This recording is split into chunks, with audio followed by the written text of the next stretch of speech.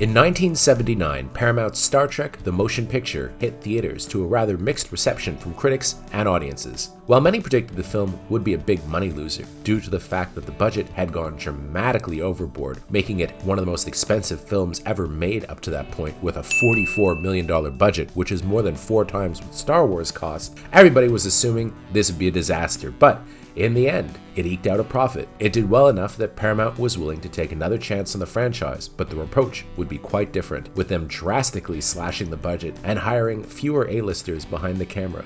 But, to the surprise of all, this proved to be exactly the right move, with the resulting film Star Trek II: The Wrath of Khan, a smash hit that relaunched the franchise as a legitimate big-screen property and introduced the adventures of Kirk, Spock, and McCoy to a whole new generation. I don't know what to say. Well, you could say thank you. Thank you.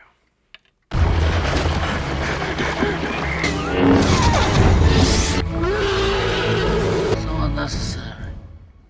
When Paramount Pictures was preparing for a Star Trek sequel, the first thing they did was remove Gene Roddenberry, who had produced the first film and of course had created the show. They wanted to take the franchise in a different direction, so they hired TV veteran Harvey Bennett to come on and produce. The biggest priority for Paramount was to reduce the budget, and indeed, Bennett was hired because he told them he could have made 5 movies for what the first film cost. I'm delighted.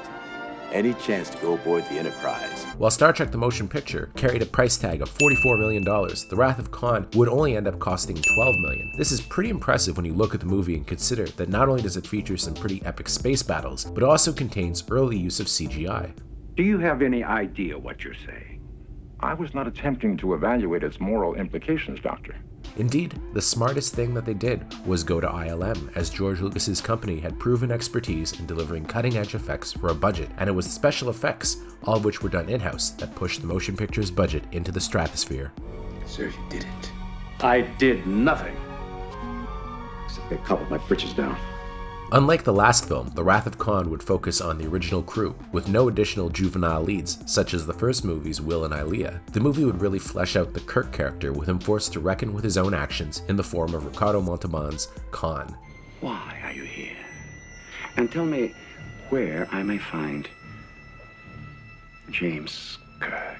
He's one of the best villains in the series, with him having starred in an emotional episode called Space Seed. In it, his Khan was a genetically modified Superman who, with his crew of superior humans, tried to hijack the Enterprise with the help of a crew member who had fallen in love with him. At the episode's end, Kirk, empathizing to some degree with Khan, maroons him and his crew on a new planet, which the grateful Superman takes as a challenge, as he'll finally be able to conquer his own world. He's even allowed to bring the crew woman who betrayed the Enterprise along as his wife. Here, in a surprisingly unseemly twist, we learn that Kirk never bothered to check on Khan and his crew, and that indeed an ecological disaster led to their world transforming into a hellish landscape that had driven Khan mad with a lust for vengeance, with the added twist being that many of his crew, including his beloved wife, died agonizing deaths due to the parasitic worm that Khan eventually was able to master into a way to make people do his bidding, as Chekhov and his unfortunate Captain Terrell discover to their absolute dismay.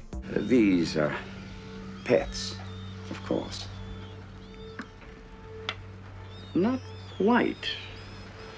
Domesticated. The script was by TV veteran Jack B. Sowards and Harvey Bennett himself, but the director they eventually chose to make the film, Nicholas Meyer, would overhaul the film without requesting pay or credit, by simply making note of all the things that people liked from the many previous drafts and combining them into one unified screenplay that was overhauled by himself. It would pay off for Meyer, who became a popular script doctor in the years to follow. Amazingly, Meyer had never seen a single episode of the show when he was chosen. Who in the hell do they think they are? Please be quiet, Commander Chekhov.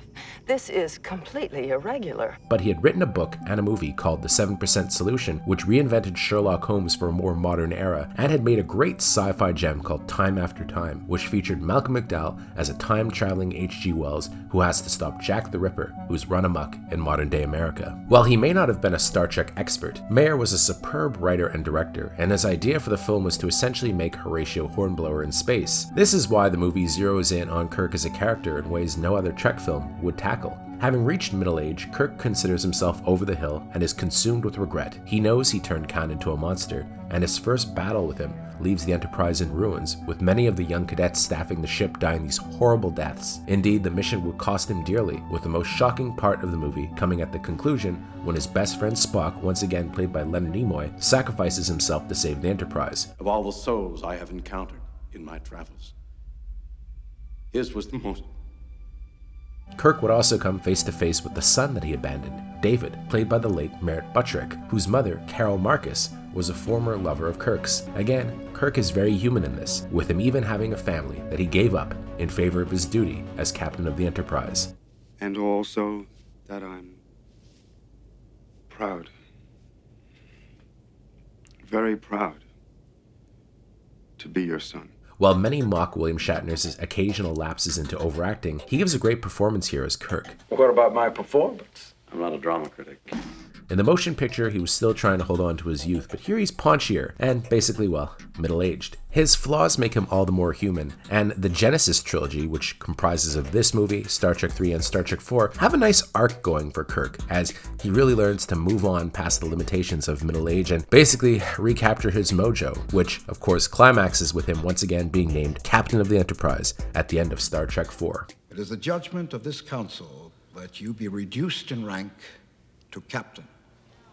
It could be argued that the flaws that Kirk shows in this movie make him a greater hero than he'd ever been before, and Shatner plays this aspect to the hilt. As for Leonard Nimoy, well, here's where it gets interesting. Many involved figured that The Wrath of Khan would be the last Star Trek movie. Nimoy, who had moved on from the character, was enticed back with the one thing that no other actor could really turn down, a great death scene. I have been, and always shall be, your friend.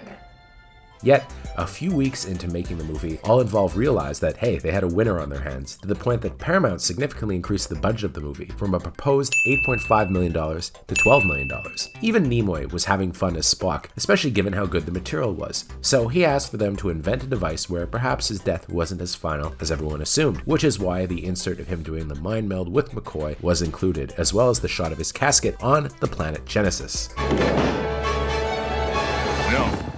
The world needs laughter. Overall, Mayer made a great movie, with Ricardo Montalban delivering the greatest performance of his life as Khan. It's worth noting that at the time, he was probably the biggest star in the cast, headlining the then popular series Fantasy Island. Despite being in his 60s, Montalban had gotten very chiseled for the role, with many assuming he was wearing a chest piece, but he was always a very muscular guy and trained so hard that Mayer had the costumes redesigned to emphasize his new physique. Please, you gotta give us time. The bridge is smashed, the computer's inoperative.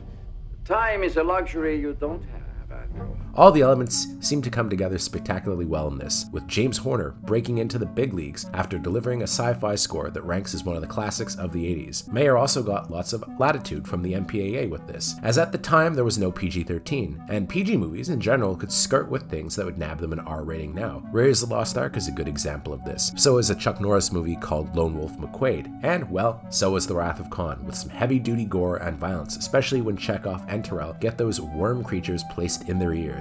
Ugh. I remember showing this movie on VHS in elementary school, and the teacher forcing me to turn it off at our lunch program when the eel scene happened because all the kids were getting really upset. Well, all the losers were. Why am I such a loser? Why? Well, your father was a loser, and his father, and his father. It's genetic, man. One of the movie's only issues is that Khan recognizes Chekhov despite the fact that, well, he wasn't part of the crew at the time that Space Seed was made. In the novelization, they just explain that he was stationed in another part of the ship. The late Paul Winfield also delivers a very sympathetic performance as the tortured Terrell, who has a heck of a death scene, with him agonizingly turning his own phaser on himself rather than killing Kirk, prompting Kirk's immortal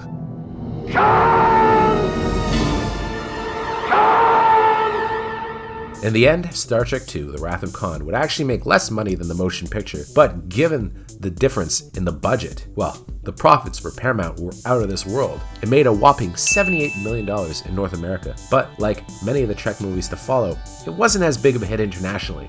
If they go in there, we'll lose them.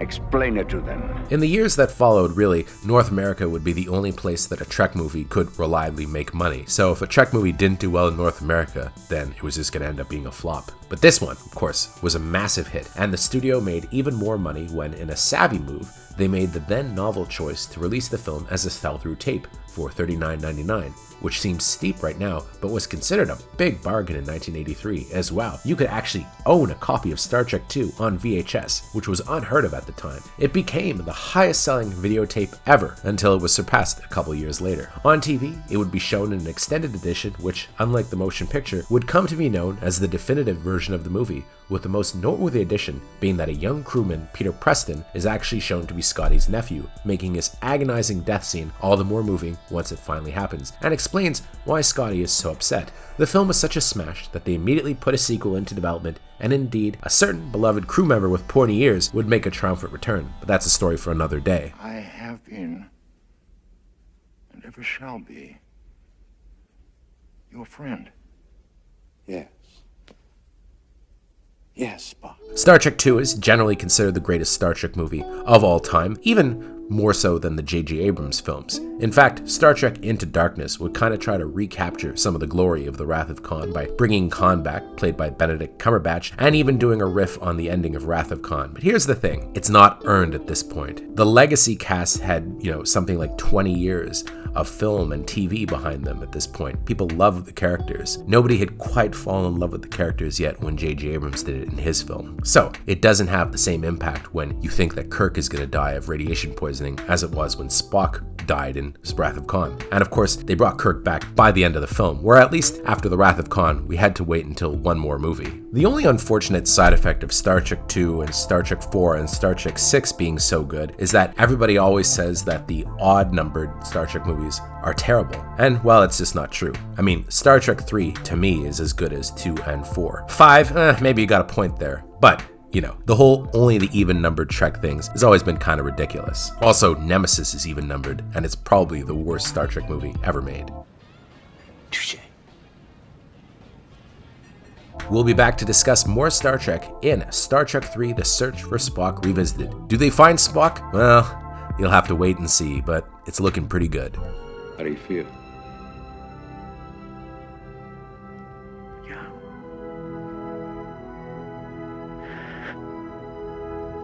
I feel young.